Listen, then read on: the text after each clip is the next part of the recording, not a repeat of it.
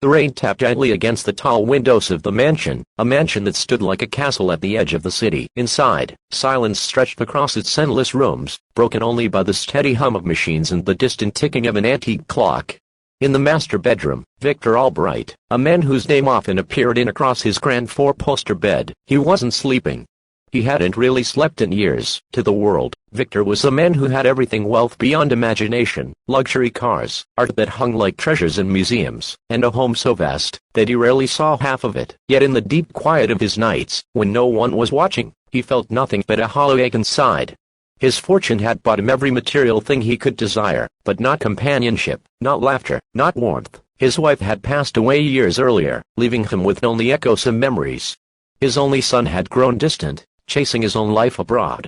Victor lived surrounded by riches, but starved of connection. Every evening, one of the few human presences he still sought in his mansion came in the maid, Elena. She was quiet, gentle, moving about with care, never disturbing him more than necessary. She came from a modest background, a single mother raising a little girl, working tirelessly to make ends meet. Victor hardly spoke to her beyond polite instructions, yet he noticed things: the wear on her shoes, the faint shadows under her eyes, the way she carried herself with quiet dignity despite her struggles. On one particular night, when loneliness gnawed at Victor more than usual, he decided to do something strange.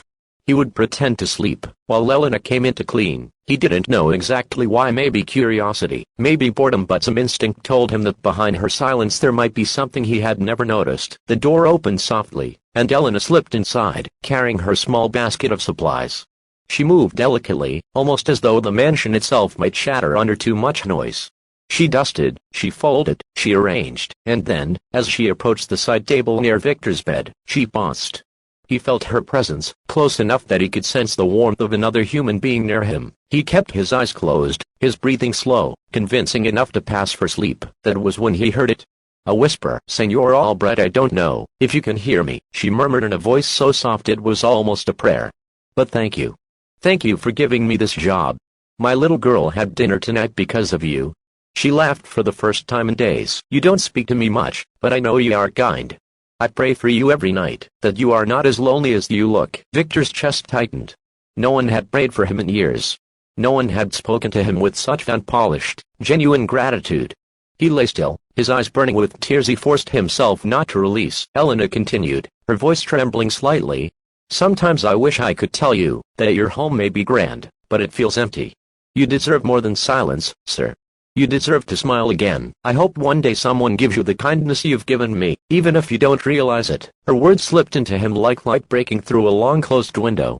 He had never thought of his paying her salary as anything other than a transaction, just one more line in his expenses. But to her, it meant food on the table, joy for her child, survival. It meant hope. When she left the room, Victor finally let the tears fall. For the first time in years, he didn't feel like a man defined only by his fortune. He felt human. The next morning, Victor did something he hadn't done in decades. He asked someone about their life. Over breakfast, when Elena brought in his tray, he looked at her, really looked, and asked, "How is your daughter?" The question stunned her. She blinked, then answered softly, "She is well, sir. Better, thanks to this job." From that day, a quiet transformation began. Victor began speaking to Elena each morning, learning about her struggles, her dreams for her little girl. She, in turn, began to see, not just her employer, but a man carrying silent grief. Weeks later, Victor asked if he could meet her daughter. One Sunday afternoon, Elena nervously brought little Sophia to the mansion. The girl, with wide brown eyes and a shy smile, carried a small homemade drawing of a man standing next to a little girl holding hands under a bright sun. On top, she had written in shaky letters, "For Mr. Albright, thank you for helping my mommy." Victor felt something inside him shatter and mend all at once. He knelt, hugging the little girl as tears streamed down his face. That night, he realized Elena's whispered words had saved him. They had awakened something his fortune never could: connection, kindness, family. Months later, Victor made another decision.